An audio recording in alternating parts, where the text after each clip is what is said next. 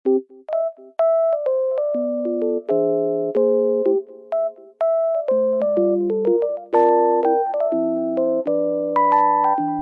afternoon guys! So panibagong vlog na naman. And gusto ko lang i-share na dumating na yung aking laptop bag or laptop case. And ayun guys, kahapon may dumating sa akin na Hati Diary na damit. Pero kasi nakatago na, hindi ko na ipapakita. So nag-update lang ako para naman, you know, update din kayo. So, ang agenda namin ngayon ni El, ang dami na rin nangyari na hindi na ako nag-vlog kasi sobra ako na busy ngayong linggo. Pero ayun, pupunta kami sa Sushi Marami sa may, sa may De La Rosa yon. Kasi kahapon pa kami nagki-crave ni El for sushis. Yun nga lang kasi, since ang tight ng oras, anong oras kami nagising kahapon, alas 2 na ata kami nagising. So, meron ako meeting ng 4. After ng 4, meron akong meeting ng 5:30 and meron akong meeting ng 7. Kaya hindi na kami nakapag-sushi pero babawi kami ngayon. Since tomorrow naman kasi aalis si El, pupunta sila sa Pangasinan kasama ng family niya. At ako naman, iwan ako dito kasi marami akong mga backlogs na kailangan tapusin. So, ayun, naglilis lang ako kasi baka mamaya makikita nyo na naman ulit sila Joy sa vlog kasi inaya ko sila na mag-inom dito sa bahay. Birthday ni Paulo ngayon, pero Monday, si Mami magluluto ng carbonara and di pa pang mga handa ni Pao kasi hindi niya day off, hindi niya na-file for rest day for this day, January 10. Okay, touchdown. Nandito na ako sa may Eton, Makati. At ang floor nung Sushi Marami ay second floor. Ayan, check natin. Tapos, sana maging okay kami dito ni El. Kasi sa dami ng nakainan namin, actually wala pa kami nakakainan na sushi place talaga. Pero kapag nagbo-buffet kami, meron. Pero hindi kasi yun talaga yung pinaka-special dish nila. So, ito, sushi talaga. Tapos, hot pot. Ito na ako sa may second floor. Yung nasakyan ko na elevator, bumaba pa pala sila sa basement 1 tsaka sa basement 2. Pero so far, ang swerte kasi wala masyadong tao. Ito siya guys, yung Sushi Marami. Yan. Ayan siya. Pero later na. Tapos, ito yung kanilang, ayan. Ang price pala nito ay, wait lang, upo muna tayo. So, ang price nito ay $699. Pero bago tayo pumasok, wait lang muna natin si El na dumating.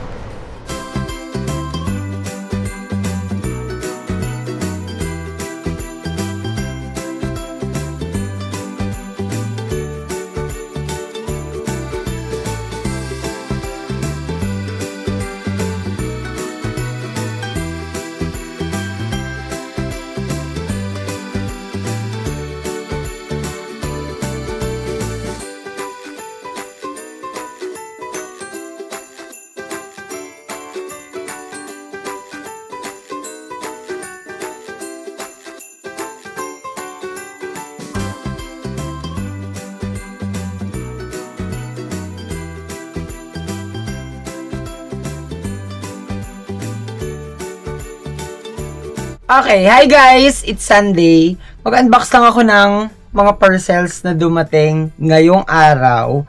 Wait lang, ano ba ngayon? Wait. Kakalimutan ko na. It's Sunday, January 12. And tomorrow, January 13. Tomorrow magbablog ako kasi bukas day off ni Mami. Tapos bukas din yung celebration ng birthday celebration ni Paulo. Ayun, nag-decide ako na i-unbox na tong dalawang parcels na dumating sa akin ngayon kasi yung isa dito pang paswerte, pero yung isa naman ay matagal na siyang lumalabas sa aking vlog and matagal nyo na rin siya nakikita. So, unahin ko na muna to. So, ayan na naman tayo. Wala na naman tayong scissor pang open. Pero, ayun, umorder lang ulit ako netong avocado na half kilo. Kasi, ayun, sobrang love na love ko kasi yung flavor ng avocado. Kaya, hindi ko alam kung bakit since simula na nag-start na matikman ko yung avocado from Lux Beauty. Wait lang guys. Wala kasi talaga akong wala akong scissor. So, ang hirap kasi sobrang safe ng kanilang packaging. Pero, ayan. A piece of nail cutter. Ayan. Ito na lang muna siguro. Ay, hindi rin. Ano kaya? Wait lang. Okay, kuha na talaga ako ng scissor kasi kailangan na to. Going back, ayan, kumuha na ako ng scissor kasi hindi ko na siya ma-open gamit ng aking kamay or ng mga aking daliri. Kaya ayun. So nag-restock lang ako ulit pero balak kong umorder ulit neto kasi sobrang love na love ko nga siya. Ito lang, yung kanilang half kilo. Yan. 2 piraso nabili ko for only 699 pesos. Pero, ang bill ko, 1,300. So, for these 2 avocado smoothie, so siguro ano siya, mga 600 plus, hindi siya 699. Pero, ayun. So, going back, ito naman tayo sa second parcel na dumating. And napapansin nyo ba guys, na sobrang nag-glow talaga yung aking skin. Hindi ko alam kung sa ilaw lang, or sa position lang ng aking pagbablog. Pero, napapansin ko, pag nag-edit kasi ako guys, napapansin ko yung sarili ko na glowing. Going back. Okay. Ito na. Hindi ko na siya ginawa. Actually, marami akong parcels na paparating. Yun nga lang, gusto ko sanang gumawa ng mismong huge unboxing haul from TikTok. Kasi bibihira lang naman ako umorder sa iba pang mga apps. Kung hindi sa TikTok lang ako lagi nakatutok. Ayun, kahit matutulog ako TikTok. So, ito yung Buena for... Yeah, tama ba? Check ko. Ito ba yun? Wait lang. Nandito ata eh. I think ito yung Buena for tuna na in-order ko sa TikTok. Yung sa aking TikTok siya, hindi naman. Yung sa aking main talaga na TikTok na ginagamit na pang-order. Kasi, ayun, blindfolded for tuna statue, 21.5 cm. Ayun. Hindi na ako masyado nakakapag-review guys kasi ang dami ko rin ginagawa.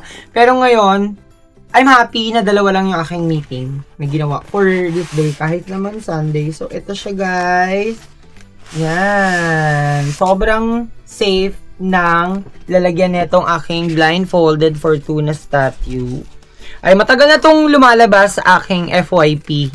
Hindi ko in-order kasi last 2024, hindi pa naman ako ganun ka-aware o hindi ko pa naman kasi ganun ka-gusto yung mga Lucky Charms na nakikita ko sa TikTok. Pero since nag-start na yung 2025, na-introduce na rin sa akin yung daily horoscope. Ayun, nakakatuwa. Ang kausap ko lagi for my daily horoscope is si Roda. So, going back dito. Yan. Ito lang siya, guys. It's 21.5 cm. Yun. Papaswerte daw to. Pero ilalagay ko siya. Wait lang, samahan niyo ako. Dito ko siya ilalagay. And then, sindi na rin ako ng aking incense. Ayan. Dito. Dito siguro. Yan. Ihehelera ko lang. Yan. Ito yung aking area kung saan. Wait lang. Lagay ko muna ito dito.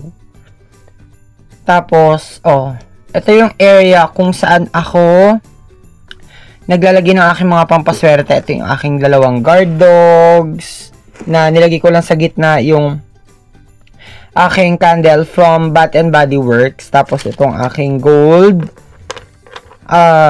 money na nabili namin sa Quiapo. Pero siguro mas gusto kong ilagay itong lampshade dito. Tapos itong aking blindfolded statue here. Yan. Dyan ko na lang siya ilalagay. Tapos itong lampshade, ano pa rin siya dyan?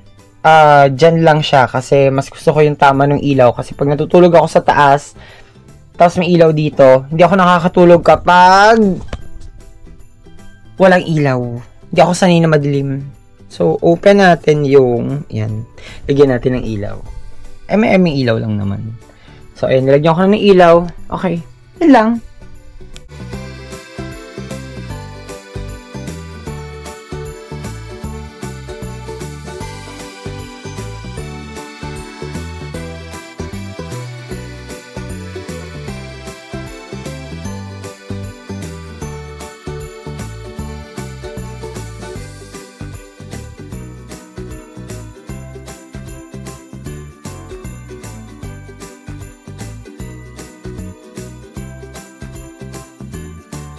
Good morning, guys! So, ayun, kakagising ko lang. Nagising ako mga around 10 a.m. kasi akala ko nag-alarm yung aking phone. Yun nga lang, ano pala, dumating na pala yung in-order ko nung nakaraan. Siguro mga 2 days na rin nakakalipas. Sa TikTok shop. Yeah, this is from TikTok shop. Ayun, nag-inom lang ako ng aking collagen avocado drink from Freshies. At nakalagay siya sa isang plastika na, pero ang laman niya ay 3 item. Open ko muna to. Grabe guys, kagabi hindi na ako nakapag-update kasi after ng meeting, ayun, sunod-sunod, din nakatulog na ako, pero kumain muna ako kasi pagdating ko pala, sorry. Pagdating ko, okay na yung mga handa ni Pao, since nga kahapon nga yung handaan. Kumain lang ako, tapos natulog. So, ayun. Eto, dumating na yung backflow incense. Dumating na rin yung incense ko na, yan, yung color gold. Pero try ko yan. Tapos, eto naman ay, yan. Ito ata yung ginagamit for backflowing na gagamitin sa incense. Ay, maliit lang naman siya. Nothing special naman. Wait lang. Nagra-rush ako ngayon kasi kailangan kong umalis. Apaka-early. Apaka-early ng Tuesday ko ngayon. Wait lang. Yan lang guys. Balikan ko kayo. Ay, hindi pala. Wag na, hindi ko na kayo babalikan ng gulo. Ito, i-unbox ko na muna. Ay. Okay. Ito siya. Ano babalikan? Bakit babalikan? So, ayan. Ooh. Ayan siya, guys. Ito yung backflow incense. Okay. Hi ulit, guys. Ayun, pansin nyo putol-putol yung vlog kasi sobrang rush ng mga meetings ko kanina. And nagsabay-sabay. So, as usual, kaya ako napag-video kasi meron na naman akong 2 items na dumating. And, ang laging nangyayari, wala akong laging scissor, pero mukhang madali naman itong i-open. So, ito yung alam ko 5 sets ng, Buddha. Si Snowy, pagdating ko kanina, ayun, nagpupumilit na makapasok. Kasi kaninang morning, lumabas siya. Paglabas niya, ba nangyari? Paglabas ni Snowy kaninang morning, siya namang, alis ko rin. So, hindi na siya nakapasok. Tapos, ayun, ito lang siya guys. Ayan. 6 set ng pampaswerteng Buddha. And hindi ko alam kung, hindi ko na lang siguro siya aalisin sa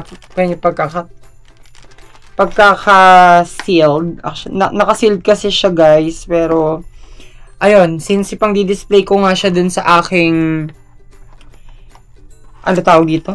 Sa aking pampaswerte floating shelf. Ayun, tinawag ko na siyang pampaswerte floating shelf kasi tawag dito, doon ko naman nilalagay yung mga binili ko na pampaswerte this 2025. So, next item, etong keychain. Yeah, good luck keychain to guys. So, yun, meron siyang, ang binili ko ay parang mali. Yeah, mali ng bigay pero okay lang. Merong, eto siya. Rabbit ako pero guys, tignan nyo. Hindi kasi rabbit yung, ayun, ayaw mag-focus. Hindi siya rabbit. Hindi rabbit ito. Para siyang ox ba? Not sure. Pero sana man lang nakalagay ng tama kasi cross fingers kasi syempre hindi ko naman to zodiac pero okay na rin. Tapos meron lang siyang ganire. Yan. Yun lang naman, kakain ako. Kumain ako kanina sa restaurant pero since nagugutom nga ako, ayun, kailangan kong kumain ng, nga pala guys, meron ako isa pang i-share sa inyo. Pero ayusin ko lang muna to. Ito mga pinamili ko sa Mary Mart. Ayun. Eto. Ang dami kong biniling chips. So, isa-isahin natin, pero usog muna natin to. Etong pampaswerte na to, ang bala kong ilagay ay ang aking... bala ko ilagay ang aking mga keys. Ito ko na lang sila ilalagay para naman bago yung kanilang lagayan. At... ay, hindi rin ako mahirapan. Actually, hindi naman ako nahihirapan here, pero... hindi ko alam, hindi ako makapag-decide kung i-remain ko ba tong lace or tanggalin ko na talaga. Kasi ang nakalagay naman talaga dito sa lace is itong aking susi. Pero since I have na nga netong pampaswerte, ayun, dito ko na lang din ilalagay para naman, ayun, iisa na sila dito. Ayan. Medyo bulky lang, pero okay lang kasi para sobrang visible siya. Pero tatanggalin ko na siguro ito. Ayun. Tatanggalin ko na to. Tapos proceed tayo dun sa aking next unbox. Pero bago yan, papakawala ko muna si Frankie kasi umiiyak siya.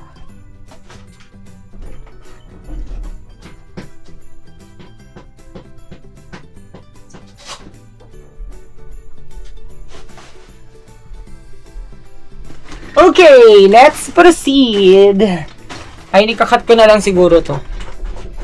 Let's proceed dito sa aking mga pinamili.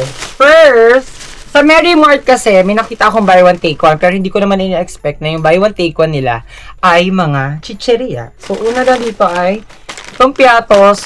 Yun nga lang guys, ang downside, ang expiration kasi nila, tulad na itong piatos na to na green. Since sa buy one take one siya, ang expiration na is January 24. Okay na din naman kasi makakain din naman lahat ng to. Ayun, bumili lang ako ng mga ilang set. Tapos, itong nacho corn chips. Ang maganda dito, ang expiration niya is February 12, 2025 to 47 pesos for 3 pieces. Yung plastic para to dun sa cat litter ni Snowy. Tapos, meron ding V-cut. Ayan, na ang expiration ay sa January 31. Yung piatos, ang expiration January 24. Tapos, meron din ditong ito, roller coaster. Ang expiration naman niya is January 29. Yun lang naman din. Set ng piatos, set ng roller coaster, tsaka set ng nachos na nasa 3 peraso.